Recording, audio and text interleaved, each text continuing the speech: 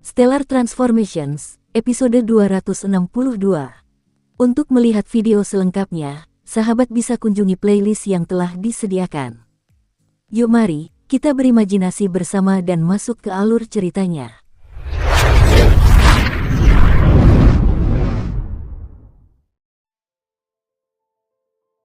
Ya, mohon tunggu sebentar. Pada saat itu, Shizan juga sangat lugas.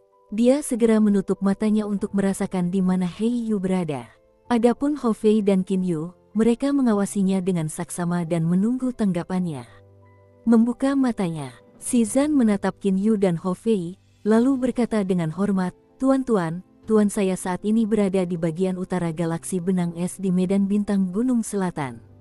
Mengenai planet mana beliau berada, tuan-tuan sekalian hanya perlu membawa saya ke sebuah planet di bagian utara galaksi benang es dan membiarkan saya keluar untuk menentukan lagi, dan saya pasti akan dapat memastikannya." Baik Qin Yu maupun Ho Fei tampak gembira. "Bagus, masalah ini tidak boleh ditunda, mari kita segera berangkat," kata Qin Yu. Ia kemudian sekali lagi membawa Shizan kembali ke alam Jianglan dan melanjutkan perjalanan menuju galaksi benang es di medan bintang Gunung Selatan. Dengan kecepatan mereka, setelah terus-menerus melewati sekitar selusin susunan pengangkut antar bintang, mereka tiba di sebuah planet utara galaksi benang es. Di planet ini, Qin Yu sekali lagi membawa Shizan dan menyuruhnya merasakan lokasi saudaranya. "Kakak," Ho Fei menatap Qin Yu. "Lapangan bintang Gunung Selatan ini sudah menjadi lapangan bintang paling utara di seluruh alam dewa, iblis, dan kaisar iblis. Galaksi benang es ini juga berada di sebelah utara lapangan bintang Gunung Selatan. Namun, burung berambut campuran itu sebenarnya terletak di bagian utara galaksi benang es. Burung berambut campuran ini, mengapa dia berlari sejauh ini ke sini?" Qin Yu tersenyum. "Siapa yang tahu mengapa Xiao Hei berlari sejauh ini ke sini? Aku telah menemukannya." Shizan membuka matanya dan menatap ke arah Qin Yu dan Ho Fei. "Menurut firasatku, aku yakin bahwa guru pasti berada di sebuah planet yang tidak jauh dari sini, bintang Gembala Giok." Qin Yu dan Ho Fei saling berpandangan lalu tersenyum. "Ayo pergi," seru Qin Yu dengan penuh semangat. Di alam abadi, iblis, dan setan, di antara planet-planet berpenghuni paling utara, bintang Gembala Giok jelas termasuk dalam 100 teratas dalam daftar. Di seluruh lapangan bintang Gunung Selatan, hanya ada 2 planet yang lebih utara darinya. Di sebelah timur wilayah klan burung, di alam bintang kegelapan, ada lapangan bintang lain yang sedikit lebih utara daripada lapangan bintang Gunung Selatan. Bintang Gembala Giok adalah planet yang sangat biasa. Biasa-biasanya sampai ke titik ekstrim. Di planet ini, terdapat 2 keluarga besar yang menguasai planet tersebut. Para ahli terkuat dari kedua keluarga besar ini hanyalah Raja Iblis tingkat 5. Raja Iblis tingkat 5 hanya mampu menunjukkan kekuatan mereka di planet-planet kecil seperti bintang Gembala Giok. Demikian pula, bintang Gembala Giok juga memiliki 2 kota. Salah satu kota itu bernama Kota Bulan Kayu. Di Kota Bulan Kayu terdapat sebuah rumah besar bernama Istana Spiritual Bintang. Meskipun Istana Spiritual Bintang ini tampak seperti rumah besar biasa, namun 2 keluarga besar dari bintang Gembala Giok tidak berani memprovokasi Istana Spiritual Bintang ini. Itu karena para penguasa Istana Spiritual Bintang, pasangan suami istri, benar-benar terlalu kuat. Sang guru laki-laki, Tuan Liu Xing. TL, ingat, Liu Xing Meteor. Sang guru wanita, Lady Lingjian. TL, Istana Spiritual Bintang dinamai berdasarkan nama keduanya. Xing, bintang, dalam Liu Xing dan Ling, roh, dalam Lingjian. Tidak ada pelayan di seluruh rumah besar itu, hanya pasangan suami istri tersebut. Di dalam taman belakang rumah besar itu, Tuan Liu Xing dan Nyonya Lingjian sama-sama hadir. Baik Tuan Liu Xing maupun Nyonya Lingjian menyukai warna putih. Karena itu, mereka berdua mengenakan pakaian putih. Sebuah tombak panjang berwarna hitam. Tuan Liu Xing memegang tombak panjang berwarna hitam itu dengan satu tangan. Ia perlahan mengayunkan ujung tombak di sepanjang tanah berpasir. Ujung tombak itu membentuk gambar di tanah berpasir. Tak lama kemudian, gambar-gambar itu digantikan oleh gambar-gambar lain. Tuan Liu Xing ini, matanya bersinar terang seperti bintang.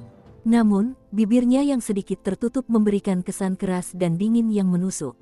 Adapun bekas luka di sisi kiri wajahnya, dengan kekuatan Tuan Liu Xing, ia seharusnya mampu menghilangkan bekas luka itu. Namun, ia tidak melakukannya dan tetap memilikinya. Satu persatu, Tuan Liu Xing mengayunkan tombaknya yang panjang dengan sangat perlahan. Namun, bunga-bunga, tanaman, dan dedaunan kering di sekitarnya bergerak naik turun. Mereka bergerak naik turun dengan frekuensi khusus mengikuti gerakan tombak panjang Tuan Liu Xing. Nyonya Ling Jian yang juga mengenakan pakaian putih berdiri di samping dan memandang Tuan Liu Xing. Dia memperhatikannya dengan tenang dan tanpa bergerak. Tuan Liu Xing, dari penampilan, tinggi badan, dan perawakannya, tampak seperti baru berusia 16 atau 17 tahun. Adapun Nona Ling Jian, setelah mengamati penampilannya dengan saksama, ia pun tampak baru berusia 16 atau 17 tahun. Hanya saja, aura anggun yang terpancar darinya sudah cukup untuk menunjukkan bahwa ia adalah seorang ahli.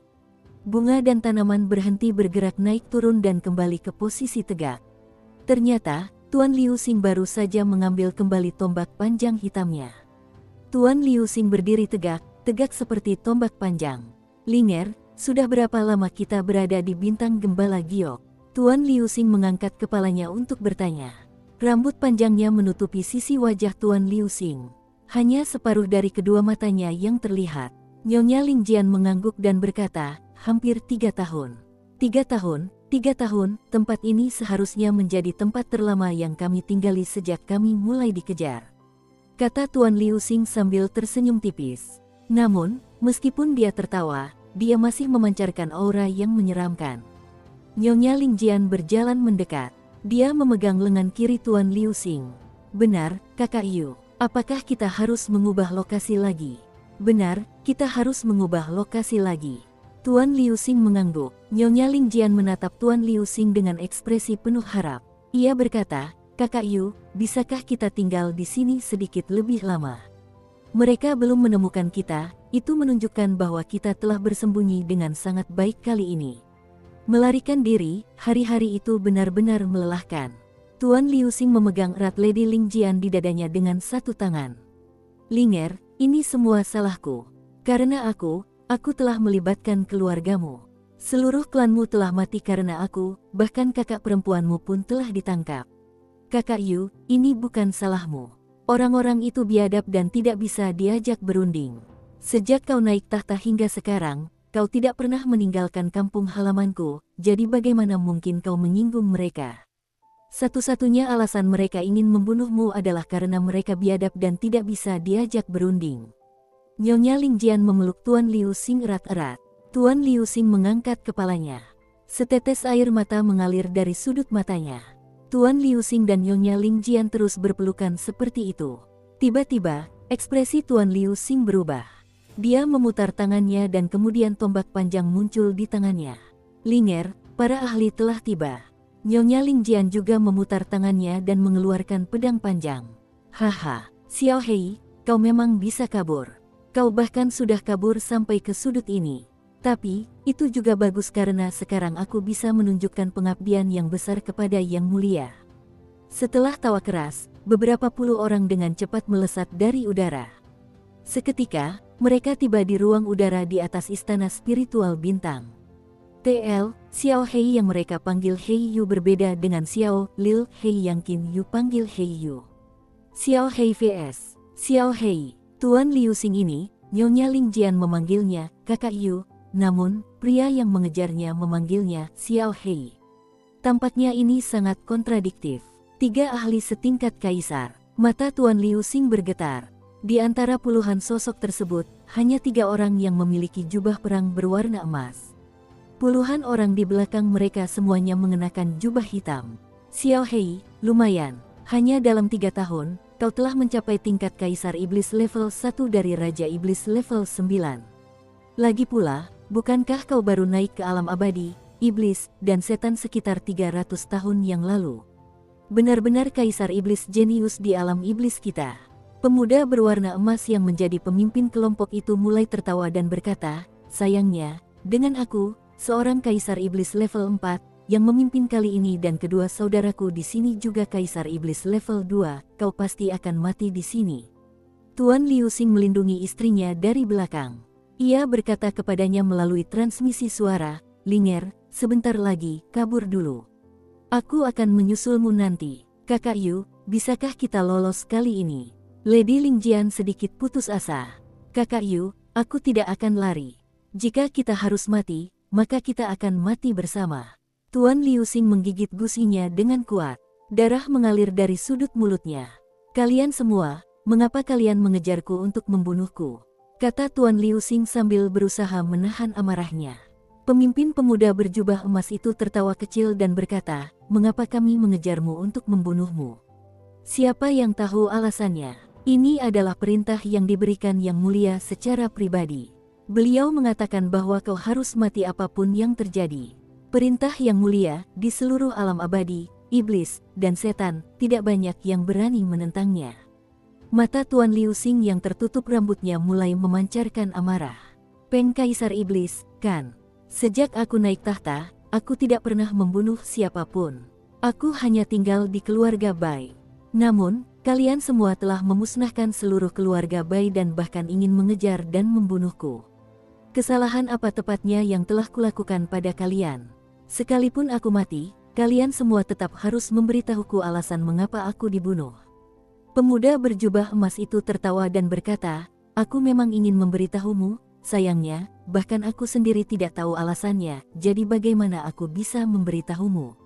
Siapa yang tahu alasannya? Tanya Tuan Liu Xing. Yang Mulia tahu, dan beberapa petinggi di samping Yang Mulia kemungkinan besar juga tahu. Sayangnya, kalian tidak punya kesempatan untuk mencarinya. Pemuda berjubah emas itu melambaikan tangannya dan berkata, cukup, aku tidak akan membuang waktu lagi dengan kalian. Hei, saudara-saudara, serang. Tunggu sebentar. Tiba-tiba, Lady Lingjian berbicara.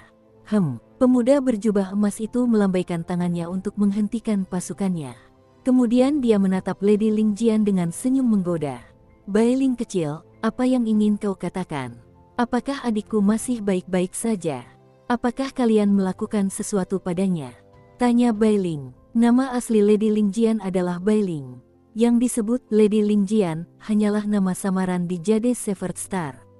Pemuda berjubah emas itu mulai tertawa. Kau membicarakan adikmu. Sejujurnya, adikmu pasti sudah terbunuh. Namun, aku tidak tahu bagaimana dia bisa seberuntung itu, tetapi Tuan Muda Zhong Jue kita ternyata menyukai adikmu. Jadi, nyawa adikmu bisa dianggap terselamatkan. Zhong Jue. Mata Tuan Liu Xing menyipit. Cahaya dingin terpancar dari matanya. Apakah Zhong Jue yang memberitahu Kaisar Iblis Peng bahwa aku berada di keluarga Bai? Bajingan itu, diamlah. Tuan Muda Zhong Jue bukanlah orang yang bisa kau komentari.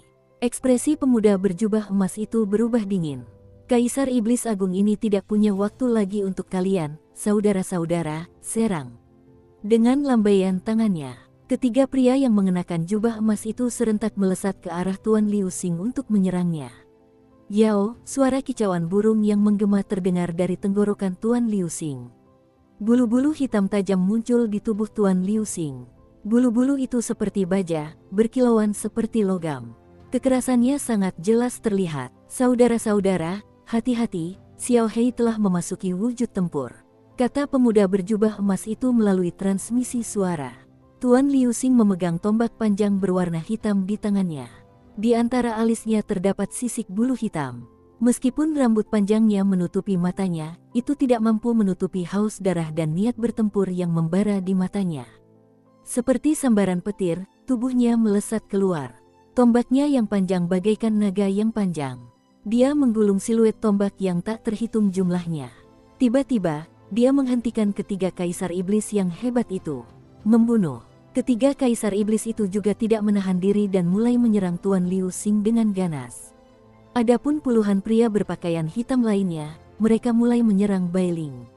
Seorang kaisar iblis tingkat 4, dua kaisar iblis tingkat 2. Semuanya hanya untuk mengepung dan membunuh seorang kaisar iblis tingkat 1. Kacang. Sebuah pedang panjang ditusukkan ke baju zirah hitam dan mengeluarkan suara dentingan logam. Orang yang menusukkan pedang itu adalah kaisar iblis tingkat 2. Pemuda berjubah emas itu segera berteriak melalui transmisi suara. Dasar bodoh, tidak tahukah kau bahwa baju zirah Xiao Hei ini sangat kokoh dan hampir setara dengan baju zirah abadi kualitas tertinggi? Kalian berdua, serang dengan seluruh kekuatan kalian.